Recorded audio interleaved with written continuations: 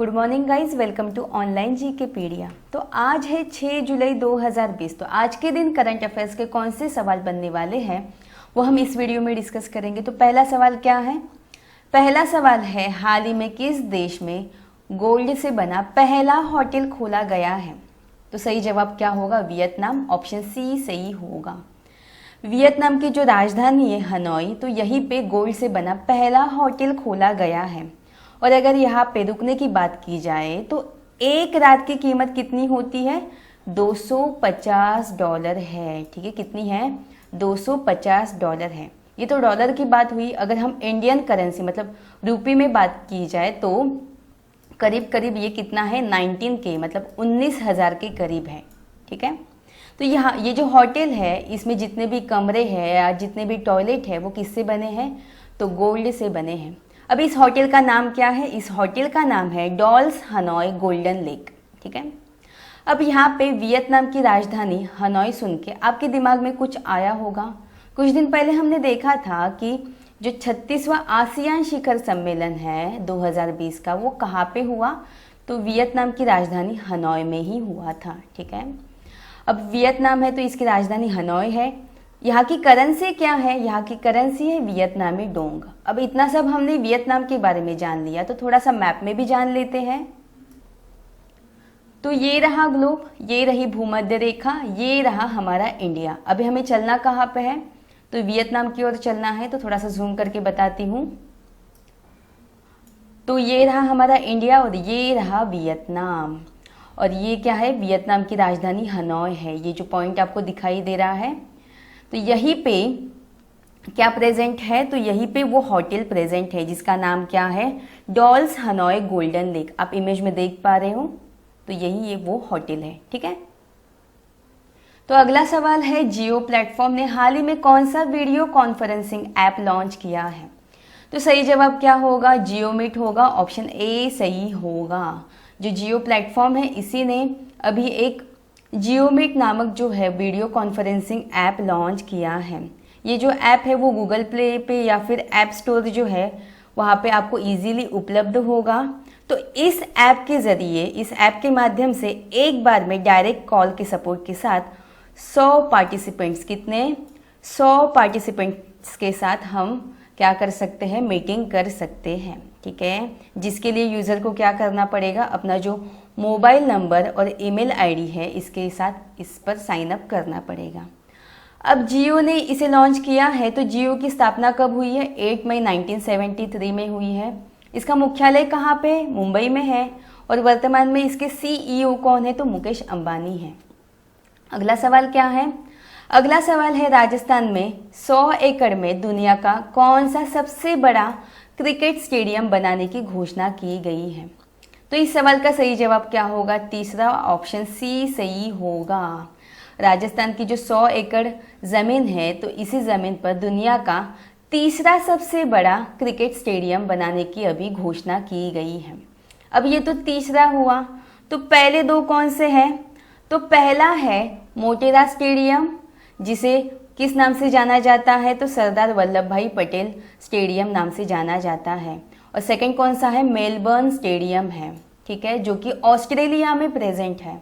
और अभी तीसरा कौन सा होगा? तो राजस्थान की जो 100 एकड़ ज़मीन पर बनाया जाएगा वो 3rd नंबर का होगा।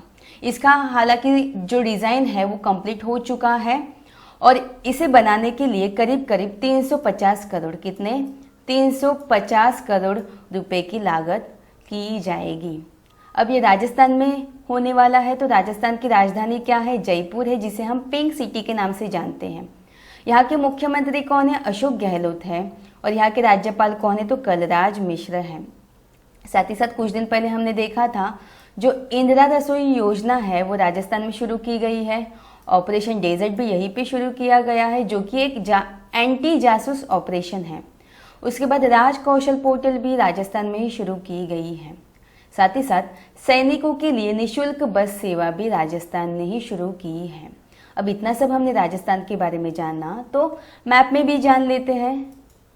तो ये रहा ग्लोब, ये रही भूमध्य रेखा और ये रहा हमारा भारत देश। ठीक है, और ये रहा राजस्थान। तो राजस्थान की जो सीमाएं हैं वो किससे किससे कनेक्टेड है वो देखते हैं।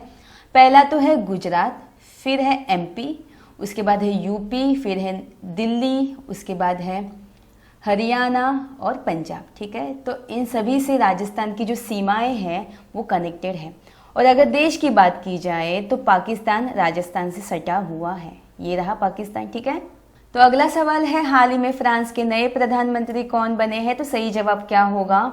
जैन कैस्टेक्स, ऑप्शन बी सही होगा। ठीक है, तो कुछ दिन पहले हमने देखा था कि फ्रांस में जो कोरोना संक्रमण के कारण सरकार को जांच और चिकित्सा उपकरणों के अभाव को लेकर बहुत सारी आलोचनाएं झेलनी पड़ी। तो इसी वजह से फ्रांस के जो प्रधानमंत्री थे, कौन? एडवर्ड फिलिप, इन्होंने क्या किया? अपने पद से इस्तीफा दे दिया। ठीक है, तो उसके बाद अब जैन कैस्टेक्स जो है उन्हें फ्रांस का नया प्रधानमंत्री बनाया गया है। ठीक है, तो अब इन्हें फ्रांस का बनाया गया है। तो फ्रांस की राजधानी क्या है? पेरिस है। यहाँ के राष्ट्रपति कौन है? तो इमैनुअल मैक्रों है। और यहाँ की करेंसी क्या है? तो यूरो है। ठीक है, तो ये रहा ग्लोब, ये रही भूमध्य रेखा। और जो फ्रांस है वो यूरोप में प्रेजेंट है। तो थोड़ा सा जूम करके बताती हूँ फ्रांस है कहाँ पे। तो ये रहा फ्रांस। ठीक है, ये रहा फ्रांस, ये स्पेन है, ये फ्रांस है, ये जर्मनी है। तो इस फ्रांस जो है इसकी राजधानी क्या है? इसकी राजधानी है पेरिस। ये दिखाई दे रहा है, ये रहा पेरिस। कुछ दिन पहले हमने यूके भी देखा था, यूके यहाँ पे है। आयरलैंड भी देखा था और आइसलैंड भी देखा था। ठीक है, तो ये सब कौन सी कंट्रीज है? तो यूरोपियन कंट्रीज है। अगला सवाल है, निम्न में से किस राज्य के विधानसभा के प्रोटेम स्पीकर के तौर पर विधायक रामेश्वर शर्मा की नियुक्ति की गई है? तो इस सवाल का सही जवाब क्या होगा? मध्य प्रदेश होगा, ऑप्शन सी सही होगा। ठीक है, अभी मध्य प्रदेश की जो विधानसभा है इसके प्रोटेम स्पीकर कौन बने हैं? तो रामेश्वर शर्मा बने हैं। तो ये किनकी जगह लेने वाले हैं? तो जगदीश देवड़ा की जगह लेने वाले हैं। हालांकि जो जगदीश देवड़ा है इन्होंने 2 जुलाई को अपने पद से क्या दिया है? इस्तीफा दिया है। और अब कौन बने हैं प्रोटेम स्पीकर? तो रामेश्वर शर्मा बने हैं। अब ये एमपी के बने हैं। तो एमपी के अभी तक जितने भी हमने करंट अफेयर्स देखे हैं उसको हम एक बार रिकॉल करेंगे। तो पहला कौन सा अभियान है? हमारा घर हमारा विद्यालय अभियान एमपी द्वारा शुरू किया गया है। उसके बाद किल कोरोना अभियान, उसके बाद निष्ठा विद्युत मित्र योजना एमपी द्वारा शुरू की गई है। उसके बाद दिव्यांग आंगनवाड़ी कार्यकर्ताओं को कोरोना योद्धाओं का दर्जा किसने दिया है? एमपी ने दिया है। फिर थैंक्स मॉम नामक वृक्षारोपण यहाँ पे शुरू किया गया है। रोजगार सेतु योजना शुरू की है। चरण पादुका अभियान भी एमपी ने ही शुरू किया है। उसके बाद FIR आपके द्वार योजना एमपी द्वारा शुरू की गई है। और आखिरी है जीवन अमृत योजना जो है वो भी एमपी ने ही शुरू किया है। ठीक है, तो हम थोड़ा सा एमपी को मैप में देख लेते हैं। तो ये रहा ग्लोब, ये रही भूमध्य रेखा और हमारा भारत कहाँ पे? यहाँ पे। ये रहा हमारा इंडिया। ठीक है, और ये रहा एमपी।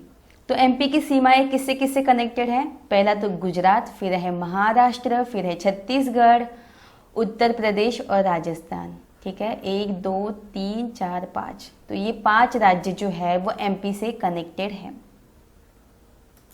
एमपी की राजधानी क्या है? भोपाल है।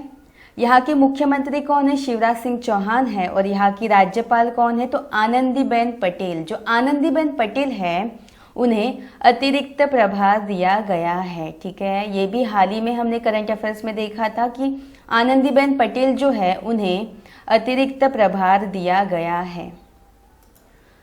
तो अगला सवाल है, दूरसंचार कंपनियों के संगठन cellular operators association of India मतलब COAI के नए महानिदेशक कौन बने हैं? तो इस सवाल का सही जवाब क्या होगा? SP कोचर, ऑप्शन डी सही होगा। हाल ही में COAI के नए महानिदेशक कौन बने हैं? तो SP कोचर बने हैं। और ये किनकी जगह लेने वाले हैं? तो यह राजन S मैथ्यू की जगह पे इनकी नियुक्ति की गई है। किनकी जगह पे? राजन S मैथ्यू की जगह पे इनकी नियुक्ति की गई है। हम बाकी के ऑप्शंस भी देख लेते हैं। जो मुकेश कुमार मीना है यह गोवा किसके? गोवा पुलिस महानिदेशक बने हैं। उसके बाद संजय द्विवेदी जो है वो IIMC के नए महानिदेशक बने हैं। उसके बाद संदीप प्रधान जो है वह SAI के क्या बने हैं, महानिदेशक बने हैं। अब यहाँ पे COAI की बात आई है तो इसकी स्थापना कब हुई है, 1995 में हुई है। इसका मुख्यालय कहाँ पे है, तो नई दिल्ली में है। ठीक है, तो हमारा अगला सवाल क्या है, संयुक्त राष्ट्र report global e waste monitor 2020 के अनुसार ई कचरा फेंकने के मामले में भारत किस स्थान पर है। तो इस सवाल का सही जवाब क्या होगा, ऑप्शन सी होगा, तीसरे पोजीशन पे है। ठीक है, किसमें, ग्लोबल ई वेस्ट मॉनिटर 2020 के अनुसार ई कचरा फेंकने के मामले में भारत जो है वो तीसरे स्थान पर है। ठीक है, ये जो रिपोर्ट है इसके अनुसार विश्व में 2019 में, कब, 2019 में कुल 53.6 मिलियन टन ई कचरा फेंका गया है। ये पूरे विश्व की बात की जाए तो इतना है, कितना है, 53.6 मिलियन टन ई कचरा फेंका गया है, जिसमें चीन जो है, चाइना की बात की जाए तो चाइना ने सबसे ज़्यादा ई कचरा फेंका है। वो कितना है, तो 10.1 मिलियन, कितना है, 10.1 मिलियन टन जो कचरा है वो चाइना ने फेंका है। और सेकंड रैंक पे कौन है, तो सेकंड रैंक पे है अमेरिका, जिसने 6.9 मिलियन टन, कितना, 6.9 मिलियन टन ई कचरा जो है वो अमेरिका ने फेंका है। और अगर भारत की बात की जाए तो भारत ने जो है वो 3.3 मिलियन टन ई कचरा जो है वो फेंका है। कब, 2019 का ये रिपोर्ट है। कब का है, 2019 का ये रिपोर्ट है। अब ये जो रिपोर्ट है वो UN द्वारा जाहिर किया गया है। तो हमें पता है UN की स्थापना कब हुई है, तो UN की स्थापना हुई है 24 अक्टूबर 1945 में। और इसका मुख्यालय कहाँ पे, तो इसका मुख्यालय है न्यूयॉर्क में। हमारा अगला सवाल है 2020 के डायना पुरस्कार के लिए किसे चुना गया है। तो इस सवाल का सही जवाब क्या होगा, ऑप्शन ए होगा, फ्रेया ठकराल। तो 2020 का जो डायना पुरस्कार है इसके लिए किसे चुना गया है, तो दिल्ली की ये 13 वर्षीय छात्रा है फ्रेया ठकराल, इनको इस पुरस्कार के लिए चुना गया है। ये जो पुरस्कार है, कौन सा, डायना पुरस्कार जो है वो वेल्स की राजकुमारी डायना की जयंती पर युवाओं के मानवीय प्रयासों के लिए दिया जाने वाला सम्मान है। तो आपको याद रखना होगा 2020 का पुरस्कार किन्हें दिया जाएगा, तो फ्रेया ठकराल को दिया जाएगा। ठीक है, हमारा अगला सवाल है चोलामंडलम MS जनरल इंश्योरेंस के नए MD कौन नियुक्त हुए हैं, मतलब मैनेजिंग डायरेक्टर कौन नियुक्त हुए हैं। तो इस सवाल का सही जवाब क्या होगा, ऑप्शन सी होगा, V सूर्यनारायण। जो चोलामंडलम MS जनरल इंश्योरेंस है तो इसके नए MD कौन बने हैं, तो V सूर्यनारायण बने हैं। तो ये जो चोलामंडलम MS जनरल इंश्योरेंस है इसकी स्थापना हुई कब है, तो 2001 में हुई है। और इसका मुख्यालय कहाँ पे है, तो तमिलनाडु की राजधानी चेन्नई में है। ठीक है, हमारा अगला सवाल क्या है, तो अगला सवाल है किस बैंक ने जिप ड्राइव नाम से ऑनलाइन इंस्टेंट ऑटो लोन सुविधा शुरू की है। तो इस सवाल का सही जवाब क्या होगा, ऑप्शन ए होगा, HDFC बैंक। जो HDFC बैंक है इसी ने जिप ड्राइव नाम से एक ऑनलाइन इंस्टेंट ऑटो लोन सुविधा जो है उसे शुरू किया है। अब ये जो HDFC बैंक है इसने 1000 शहरों में अपने ग्राहकों के लिए प्री अप्रूव्ड इंस्टेंट लोन सुविधा जो है उसे शुरू किया है। ठीक है, अब ये जो HDFC बैंक है इसी ने कुछ दिन पहले किसानों के लिए ई किसान धन ऐप जो है वो भी लॉन्च किया है। ये भी वेरी वेरी इंपॉर्टेंट फैक्ट है। तो अब यहाँ पे HDFC की बात आई है तो HDFC की स्थापना कब हुई है, 1994 में हुई है। कब हुई है, 1994 में हुई है। और इसका मुख्यालय कहाँ पे, तो मुंबई में है। और इसके CEO कौन है, तो CEO है आदित्य पुरी। कौन है, आदित्य पुरी HDFC बैंक के क्या है, CEO है। ठीक है, तो ये थे हमारे कुछ very very important current affairs के सवाल। तो कल मैंने आपसे रिवीजन के कुछ सवाल पूछे थे डिस्क्रिप्शन बॉक्स में, तो उसके जवाब हम देख लेते हैं।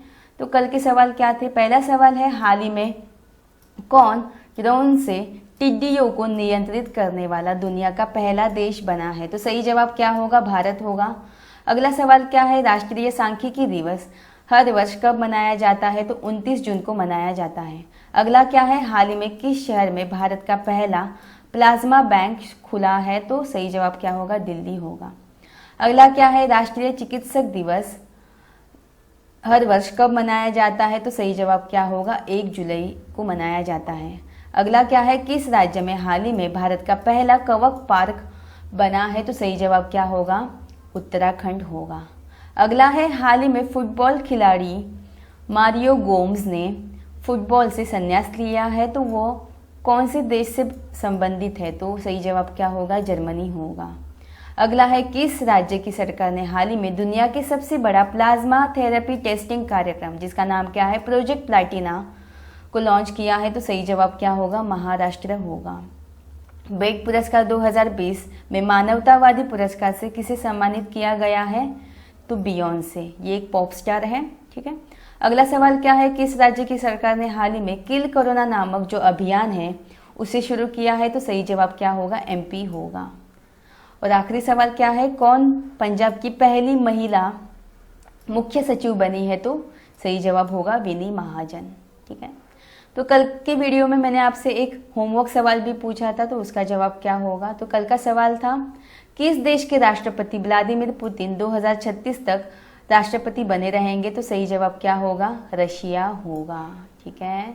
इसके बारे में हमने बहुत ज़्यादा ही डिस्कस कर लिया था। फॉर यू का आज का सवाल है, हाल ही में किस राज्य ने ई ग्रंथालय लॉन्च किया है? तो इस सवाल का सही जवाब क्या होगा वो आपको कमेंट करके बताना है। कल हमने इस बारे में भी डिस्कस किया था। तो ये रहे आपके ऑप्शंस। तो ये था हमारा आज का सेशन। आई होप आपको आज का सेशन पसंद आया होगा। अगर आपको आज का सेशन पसंद आया हो तो प्लीज़ इसे लाइक एंड शेयर कीजिएगा, साथ ही साथ सब्सक्राइब करके बेल बटन प्रेस कीजिएगा। धन्यवाद।